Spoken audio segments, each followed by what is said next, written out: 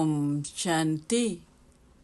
27/6/2024 காலை முரளி. ஓம் சாந்தி. பாப்தாதா மதுவனம். சாராம்சம்.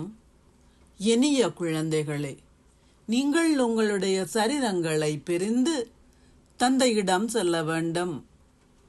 உங்கள் சரீரங்களை உங்களுடன் எடுத்துச் செல்ல மாட்டீர்கள். ஆகவே சரீரங்களை மறந்து ஆத்மாக்களையே பாருங்கள்.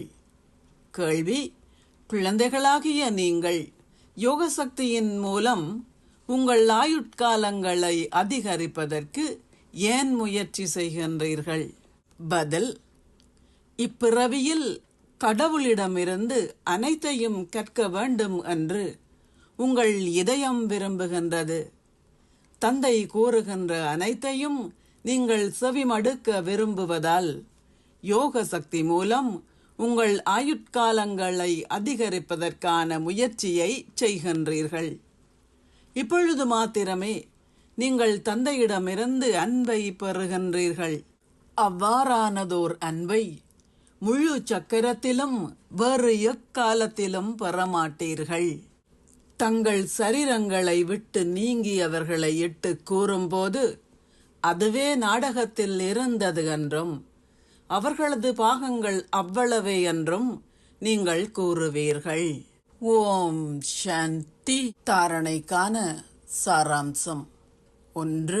தந்தையின் செய்தியை அனைவருக்கும் கொடுத்து அவர்களின் துன்பத்தை நீக்குங்கள்.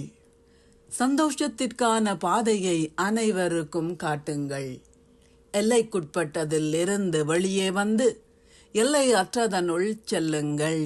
2. இறுதியில் அனைத்து காட்சிகளையும் காண்பதற்கும் தந்தையின் அன்பான பராமரிப்பை பெறுவதற்கும் இந்த ஞானத்திலும் யோகத்திலும் உறுதியானவர்கள் ஆகுங்கள். பிறரை பற்றி கவலைப்படாதீர்கள். ஆனால் யோக சக்தி மூலம் உங்கள் ஆயுட்காலங்களை அதிகரியுங்கள். ஆசீர்வாதம்.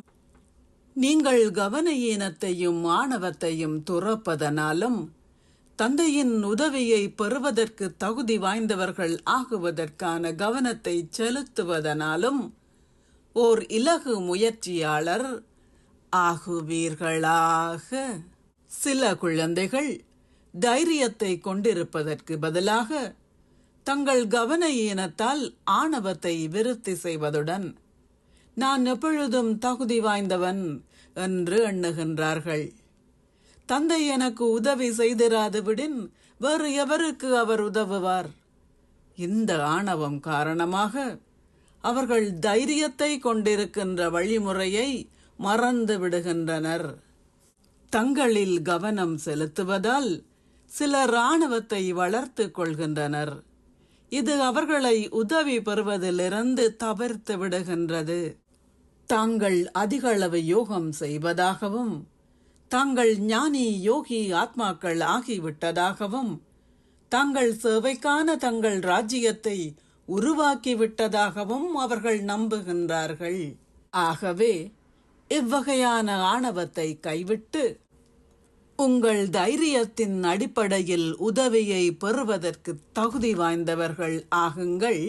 அப்பொழுது நீங்கள் ஓர் இலகு முயற்சியாளர் ஆகுவீர்கள். ஸ்லோகம்.